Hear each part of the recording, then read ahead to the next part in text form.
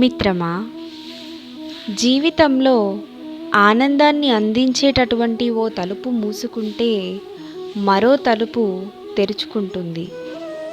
మనం మాత్రం మూసిన తలుపు వైపే చూస్తూ మన కోసం తెరిచి ఉన్న తలుపును చూడకుండానే వదిలేస్తాం.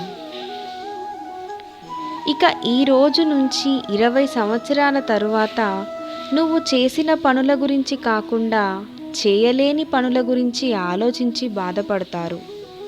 అందుకే నచ్చినవన్నీ చేసేయాలి. తన వైపు ఇతరులు విసిరే రాళ్లతో తన ఎదుగుదలకు పునాదులు వేసుకునేవాడే తెలివైన వ్యక్తి. సక్సెస్ సాధించడం కోసం ఓ మంచి ఫార్ములా గురించి నేను చెప్పలేను, కానీ ఓటమికి మాత్రం ఓ ఫార్ములా ఉంది. ఎల్లప్పుడూ అందరికీ నచ్చే విధంగా ఉండాలనుకోవడమే ఆ ఫార్ములా. జీవితంలో కేవలం నువ్వు ఒక్కసారే జీవిస్తారు, కానీ ఆ జీవితంలో నువ్వు సరైన పనులను చేస్తే ఒక్కసారి జీవించినా చాలు, అందరి మదిలో నిలిచిపోతావు.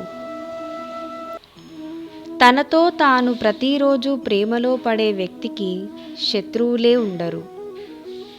సంతోషంగా ఉండే వ్యక్తులు అంటే ఎక్కువగా పొందేవారు కాదు, ఇతరులకు ఎక్కువగా ఇచ్చేవాళ్ళు. జీవితంలో అస్సలు సాధ్యం కాని ప్రయాణం అంటే అసలు ప్రారంభించనిదే.